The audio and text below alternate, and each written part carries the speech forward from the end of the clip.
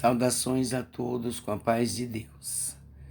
Dou início a este vídeo dizendo que não creio em coincidências, porque tudo tem o sentido de ser.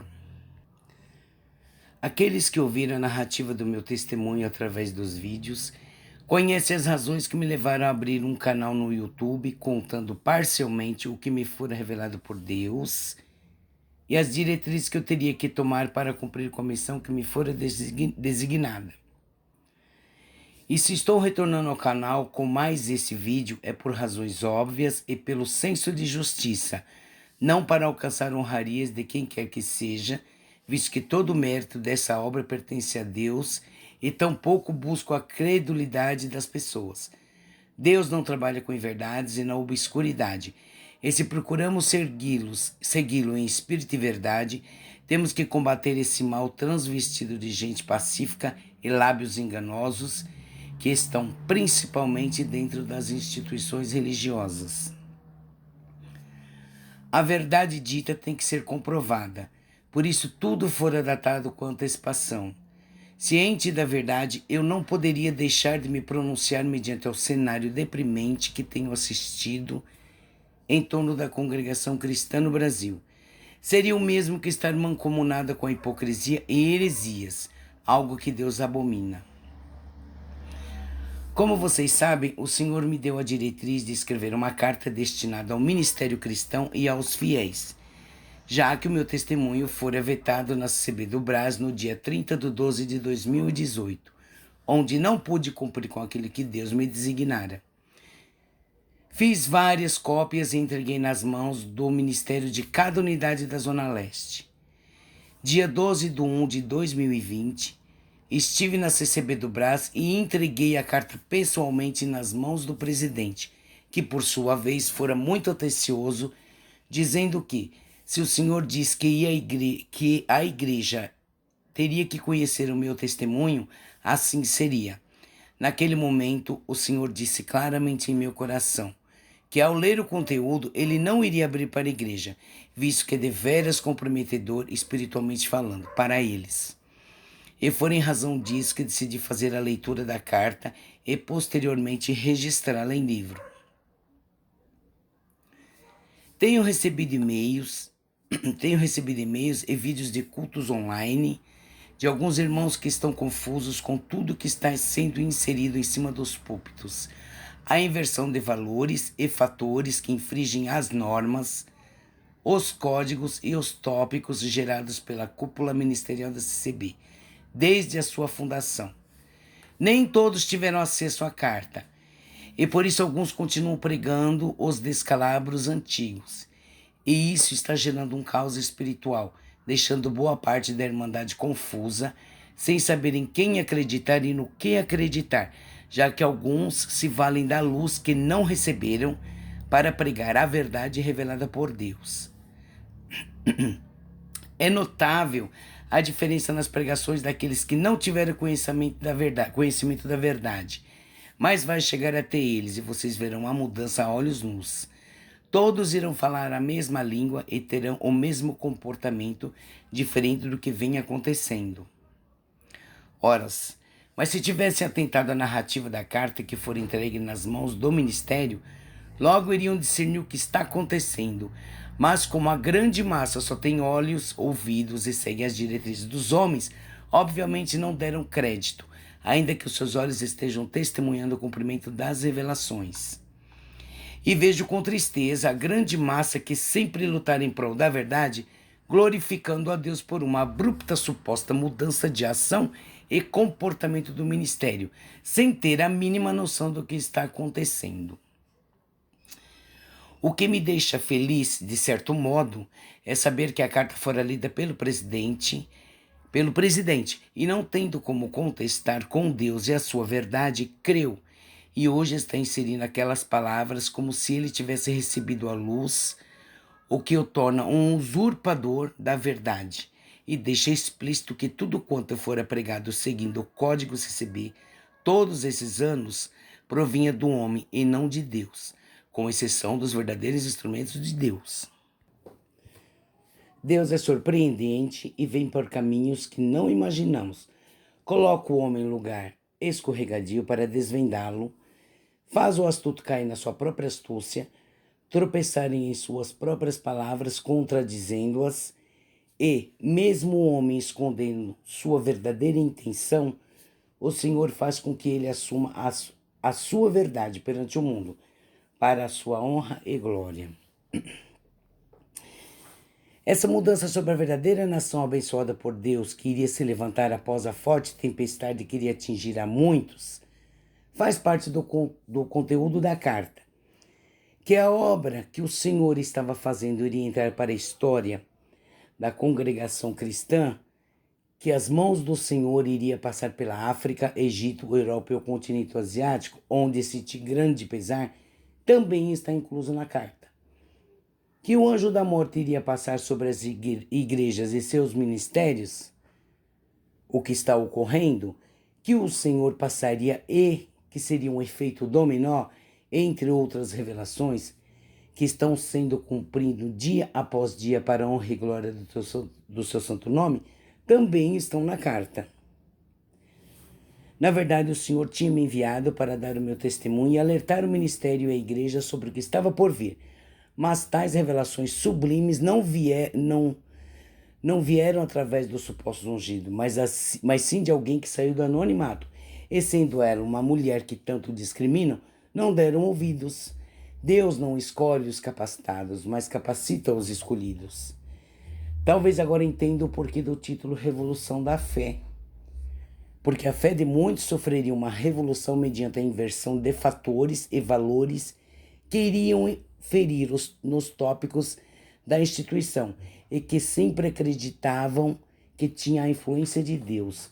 Isso também está na carta e eles sabem que isso é a mais pura verdade, por isso não contestaram. Tudo que está escrito é de cunho espiritual, nada que os meus olhos carnais tenham visto ou que tivesse qualquer investigação humana da minha parte. Por isso enfatizo que a obra de Deus em minha vida é de ordem extraordinária. Já fora questionado na mídia se tudo o que está sucedendo nas instituições religiosas e seus respectivos ministérios e no mundo não tinha sido revelado para os rotulados e ungidos de Deus. E eu, uma mera mortal cheia de imperfeições como qualquer ser humano, responde o que está na carta e que hoje a cúpula ministerial está pregando aos quatro ventos, como se tivesse recebido essa luz de Deus, onde as pessoas concordam com o sonoro amém. Eis a minha resposta, segundo as palavras do Senhor. Todos são instrumentos em suas mãos e ele decide qual deles quer usar em determinadas ocasiões para realizar a sua obra. E isso independe de intitulação de templos, cargos ministeriais e etc., que não existem ungidos e nem prediletos, porque somos todos iguais perante a ele.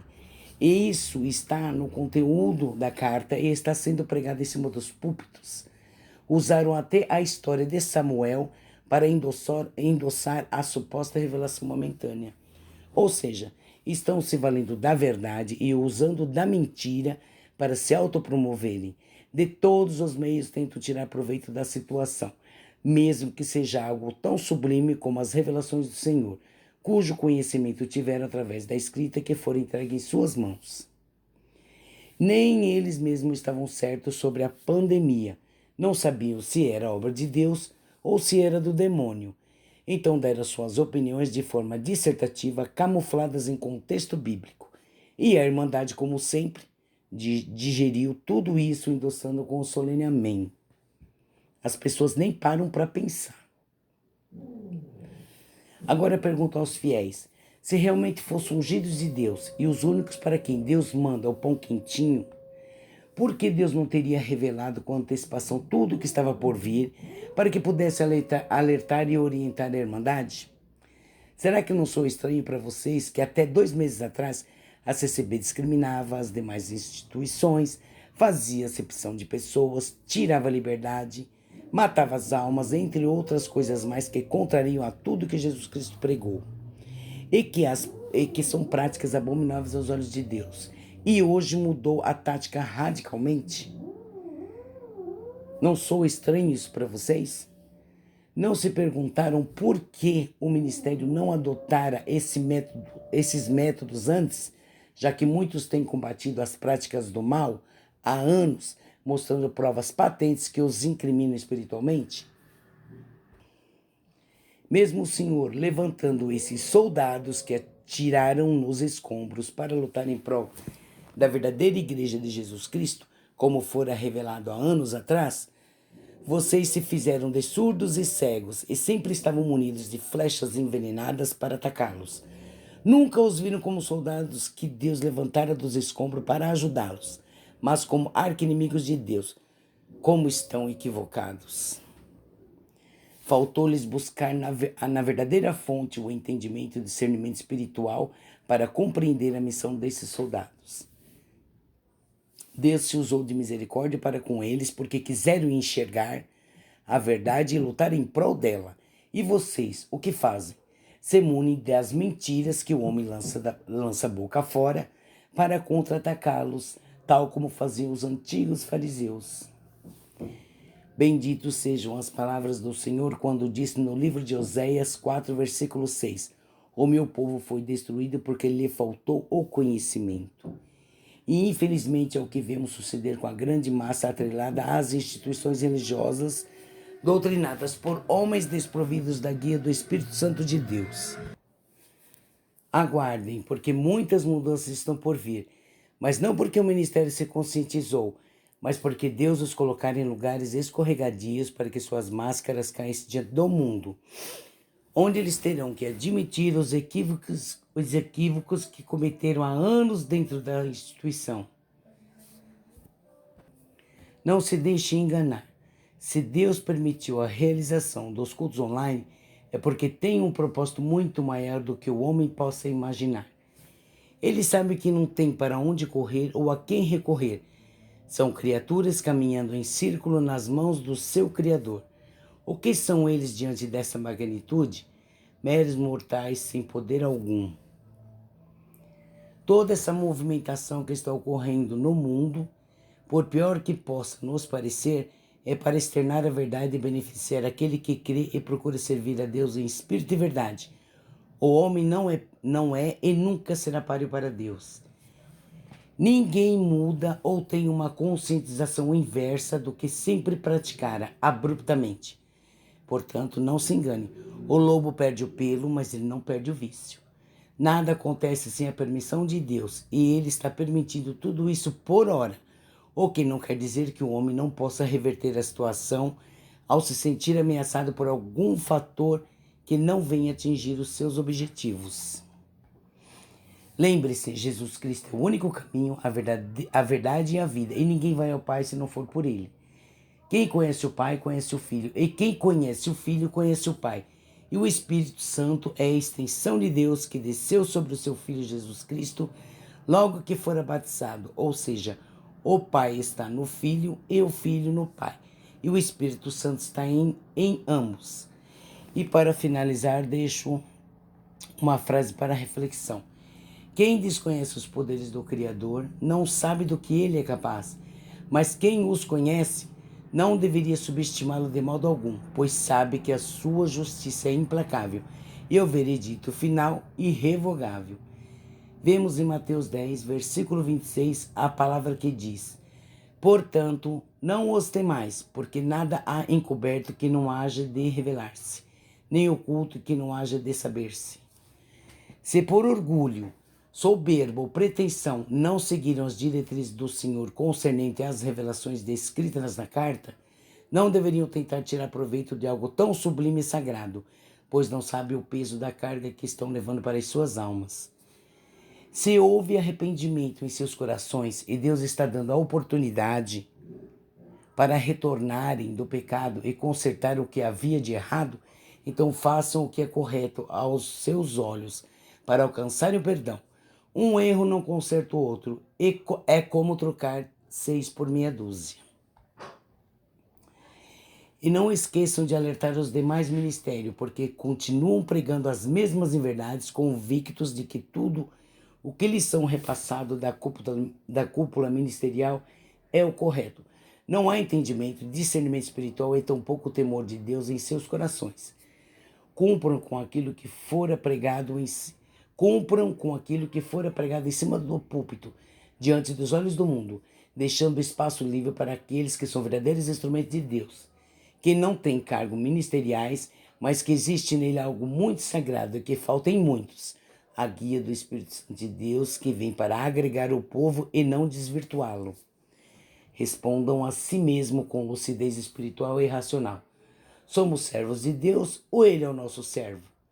Se a resposta for, somos servos e não Ele o nosso, então eu afirmo com propriedade o entendimento que Ele me deu, que não precisamos nos valer de rituais para que Deus nos ouça. Envie a sua palavra onde quer que estejamos, pois tudo procede por meio da fé e de acordo com o seu tempo e querer, não o nosso. Nada que for de ordem espiritual está sob o domínio dos homens, e sim do Criador do universo e de todas as coisas visíveis e invisíveis que o circunda. Quanta pretensão do homem achar que ele tem o domínio sobre o Espírito Santo de Deus, a sua palavra e o seu tempo. Sem mais dizeres, a paz de Deus a todos.